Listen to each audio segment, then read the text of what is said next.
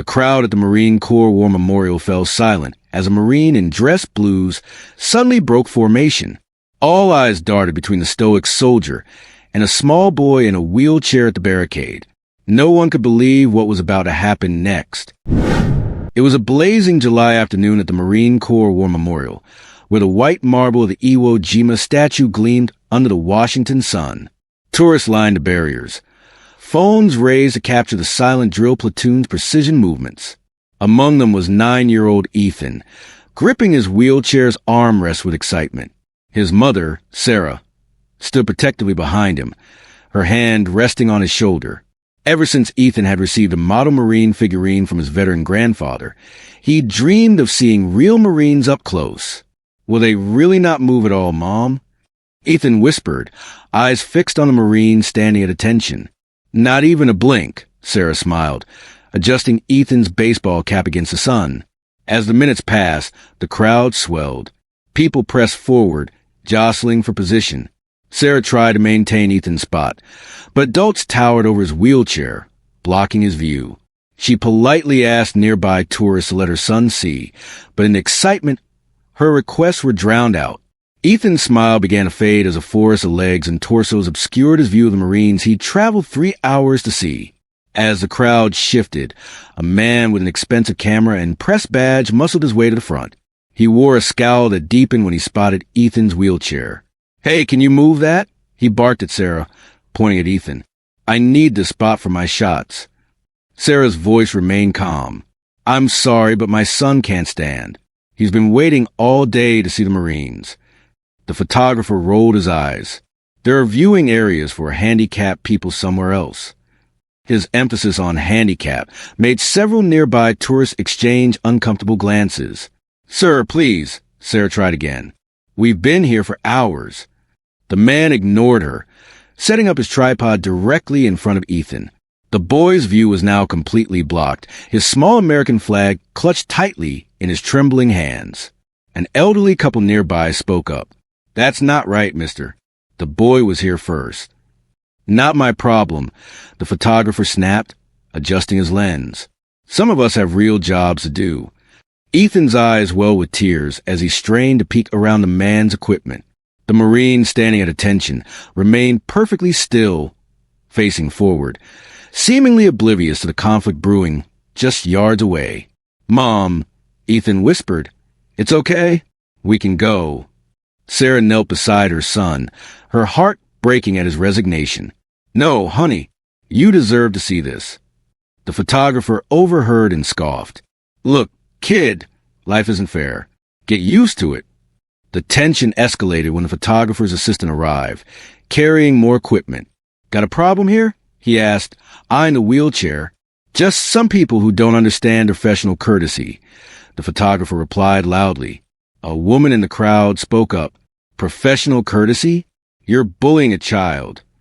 The photographer ignored her, continuing to adjust his equipment while deliberately bumping Ethan's wheelchair with his leg. The chair rolled back slightly, causing Ethan to grip his armrest tighter. "Hey!" Sarah protested, steadying the wheelchair. "Please be careful." The commotion grew louder as more bystanders began voicing their disapproval. Amidst the rising voices, something extraordinary happened. The Marine, standing at attention 30 feet away, turned his head ever so slightly toward the disturbance. The subtle movement sent a ripple through the crowd. Marines in ceremonial positions were trained never to react to outside stimuli, maintaining perfect stillness regardless of circumstances. "Did you see that?" someone whispered. The Marine moved.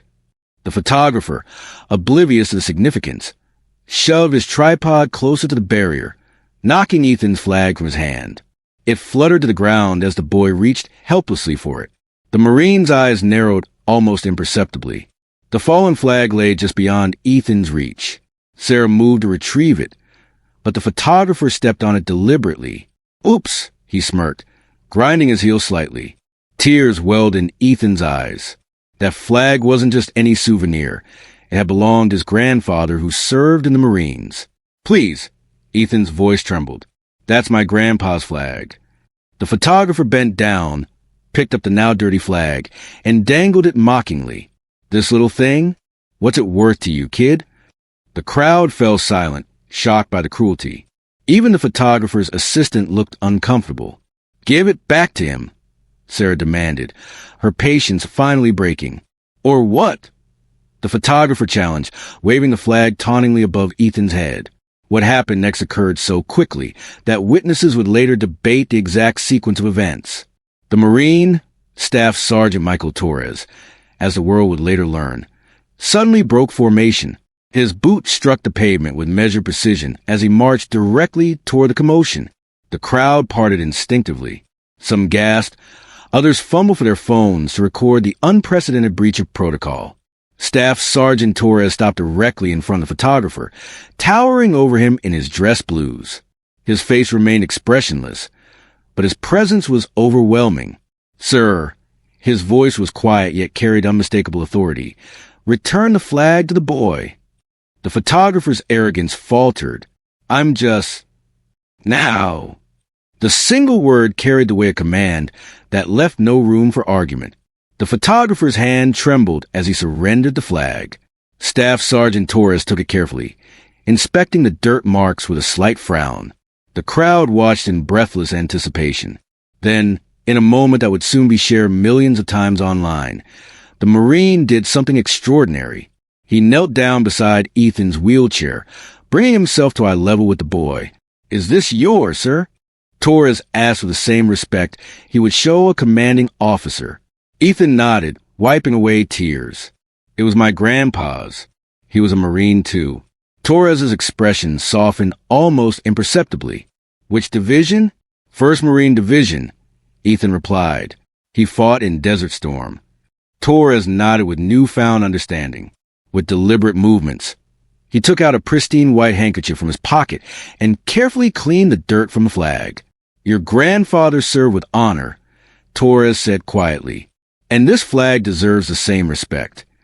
Sarah watched, her hand pressed to her mouth, tears streaming down her face. Around them, phones captured every second, but the moment felt intensely private, a connection between a Marine and a boy who dreamed of being one. Once the flag was clean, Torres folded it with military precision into a perfect triangle, then presented it to Ethan with both hands. On behalf of the United States Marine Corps, I'd like to return this to you, sir. Ethan accepted it with trembling hands. Thank you, he whispered. The photographer had backed away, his face flushed with shame. His assistant had already packed up their equipment, clearly wanting to disappear. Just then, a commanding voice cut through the emotional silence. Staff Sergeant Torres. The crowd turned to see a senior officer approaching, his face unreadable. Torres immediately stood at attention, prepared to face consequences for breaking protocol. Sir, I take full responsibility for my actions, Torres stated firmly. The senior officer, a captain with rows of service ribbons on his chest, surveyed the scene. His stern expression gave nothing away as he looked from Torres to Ethan to the retreating photographer. At ease, Staff Sergeant, he finally said. Then, to everyone's surprise, he addressed Ethan directly. Young man, I understand there was a situation here? Ethan nodded nervously. Yes, sir. The man was being mean, and Staff Sergeant Torres helped me get my grandpa's flag back. The captain's expression softened slightly. 1st Marine Division, Desert Storm, I heard? Yes, sir, Ethan replied, clutching the folded flag. The captain exchanged a meaningful glance with Torres before turning to Sarah. Ma'am, the silent drill platoon demonstration is about to begin. Would your son like a better view? Sarah could barely speak through her emotion. That would be wonderful, thank you.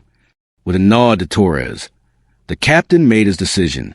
Staff Sergeant, escort this young Marine fan to the VIP section. Yes, sir, Torres replied, relief visible only in his eyes. As Torres wheeled Ethan toward the designated area, the crowd spontaneously parted, many applauding quietly. The photographer and his assistant were nowhere to be seen, escorted away by security personnel. From the VIP section, Ethan had an unobstructed view as the silent drill platoon performed their intricate routine, rifles spinning in perfect synchronization, boots striking the ground in unison. His eyes were wide with wonder. They're amazing, he whispered to Torres. who stood beside his wheelchair. They trained for hundreds of hours, Torres explained. Discipline and respect, that's what makes a Marine. When the demonstration concluded, the captain approached again. "Young man, would you like to meet the platoon?" Ethan's face lit up with disbelief. "Really?" Minutes later, he was surrounded by Marines in dress blues, each shaking his hand with formal respect. One even let him hold a ceremonial rifle, carefully supporting its weight. "Semper Fi," Ethan said proudly, remembering his grandfather's words. The Marine smiled. "Semper Fi, sir." By sunset, videos of the incident had already gone viral. Hashtag Marine Respect and hashtag Ethan's Marine were trending nationwide. One clip, showing Torres kneeling to clean the flag, had reached 10 million views in just hours. News outlets picked up the story by evening. "Marine breaks protocol for disabled boy," headlined across websites, with commentators debating whether Torres had made the right call. The next morning, the Marine Corps issued a statement. "While the Marine Corps maintains strict protocols during ceremonial duties, we also uphold values of honor, courage, and commitment." Staff Sergeant Torres demonstrated these core values when assisting a young citizen. His actions, while technically outside standard procedure, exemplified the spirit of the Corps.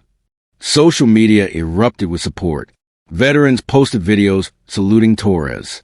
Parents of disabled children shared stories of exclusion and praised the Marines' compassion. The photographer issued a public apology after being identified online. "My behavior was inexcusable. I've reached out to Ethan's family privately to express my deepest regrets." Back home in Ohio, Ethan sat in his living room surrounded by Marine Corps memorabilia sent by veterans across the country. His mother read him supportive messages from thousands of strangers. "Mom," Ethan asked, carefully touching the now-framed flag, "do you think Grandpa would be proud?" Sarah smiled through tears. "He'd be the proudest, honey." That evening, a special delivery arrived, a formal letter from Marine Corps headquarters inviting Ethan to a special tour of Quantico. Attached was a personal note from Staff Sergeant Torres. "Ethan, true respect isn't about standing at attention. It's about standing up for what's right. Semper Fi." 3 weeks later, Ethan visited Quantico, where Torres personally guided him through the base. Photos of them, the Marine in uniform, the boy in his wheelchair wearing a custom Marine Corps jacket, became symbols of compassion transcending duty. The incident sparked national conversations about accessibility, respect, and when breaking rules serves a higher purpose. Military experts noted that while protocol exists for good reasons, humanity must sometimes take precedence. Ethan now volunteers at veterans events, sharing a story and the lesson he learned that day. Standing up for others is the greatest form of strength. So what do you think? Was Staff Sergeant Torres right to break protocol for Ethan? Should compassion sometimes outweigh rules? Let us know your thoughts in the comments below. If this story touched your heart, please give a thumbs up and share it with someone who needs inspiration today. The world needs more examples of courage and kindness. And don't forget to subscribe for more incredible true stories that remind us of our shared humanity. Next week, we'll share how a homeless veteran saved a family from a burning building. You won't want to miss it.